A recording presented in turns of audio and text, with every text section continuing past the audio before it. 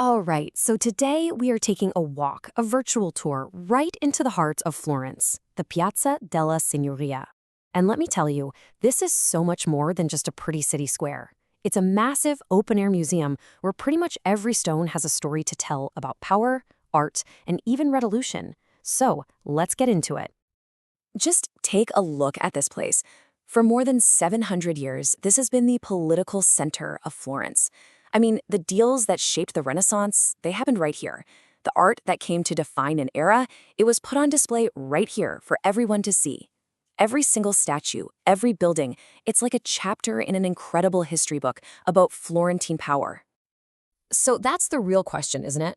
How does a collection of statues tell such a dramatic story? Well, today, we're not just going to admire them, we're going to decode them. We're going to peel back the layers and see how art and politics have been locked in this incredible, dramatic dance for centuries, right here in plain sight. Okay, so our tour has to start with the big guy, the building that just dominates the whole space, the Palazzo Vecchio. You literally can't miss it. It looks like a fortress because, well, it was. This was the command center of Florence. Just think about that for a second. Over 700 years of government in one single building. That is just incredible. It was built to be this beefy, defensible symbol of the Republic's power. And what's amazing is that it's still Florence's city hall today. Talk about an enduring legacy, right? Now, if you're standing in front of the palace, I want you to shift your gaze just to the right. See that big, open-arched gallery? That's the Loggia dei Lanzi, and it's basically one of the very first public art galleries in the world. I mean, what a revolutionary idea for its time. So instead of locking away these absolute masterpieces in some rich guy's private collection, the rulers of Florence decided to put them out here, under these arches, for everybody to enjoy. It was this huge statement about the city's cultural firepower and pride. They turned a public space into a stunning, world-class museum. All right, let's walk back over to the entrance of the Palazzo Vecchio. See that group of statues standing guard? That is not a random collection of art. No way. This is a carefully curated lineup of political propaganda. It's a real standoff of giants, and each one has something to say. And here he is, of course, the superstar of the Piazza. When Michelangelo's David showed up in 1504, everyone knew he wasn't just a biblical hero. He was Florence. He was the perfect symbol for this small republic, always facing down bigger, more powerful enemies. That intense, defiant stare, that was a clear message to anyone who dared mess with Florence's freedom. So when you look at these statues together, you start to see this really clear theme emerging.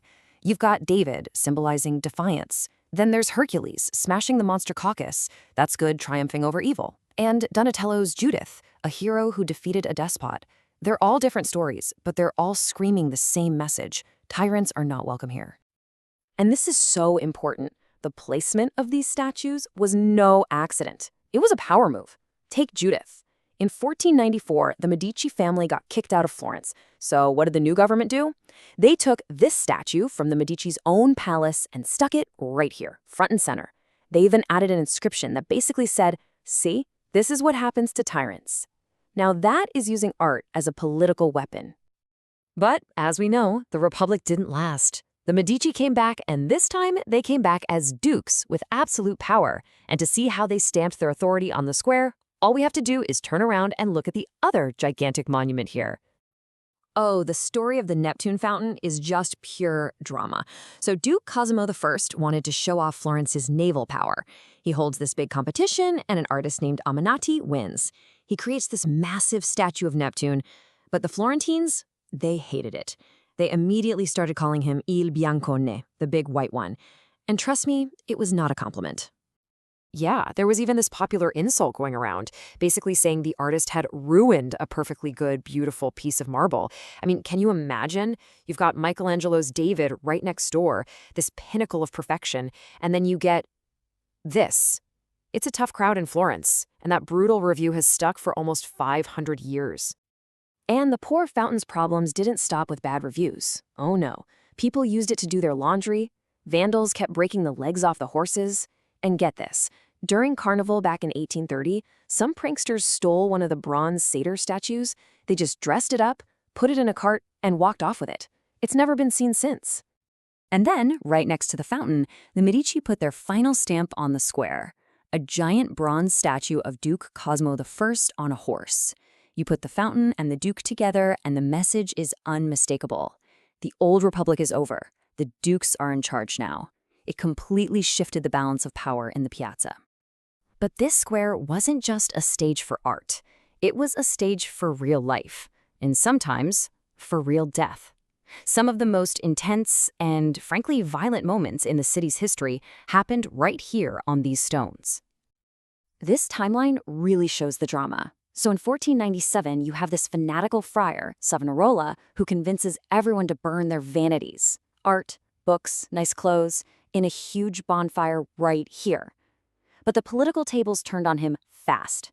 Just 1 year later in 1498, Savonarola himself was executed, burned at the stake, on the exact same spot. The irony is just staggering. And if you go there today and you look down at the ground near the fountain, you can find it. There's a simple, round marble plaque in the cobblestones that marks the exact spot where he was executed. It's a really quiet, subtle reminder that this beautiful, art-filled square has a very dark and turbulent past. So after all that, what do we make of this place? I think this piazza is like a living history book. It teaches us that art is never ever just for decoration. It's a statement, it's a weapon, it's a way of claiming power. It shows us that history isn't just made in stuffy rooms, it's made out here in the open for everyone to see. Which leaves me with one final thought. In our digital world, can a physical place like this still hold so much power? I think it can.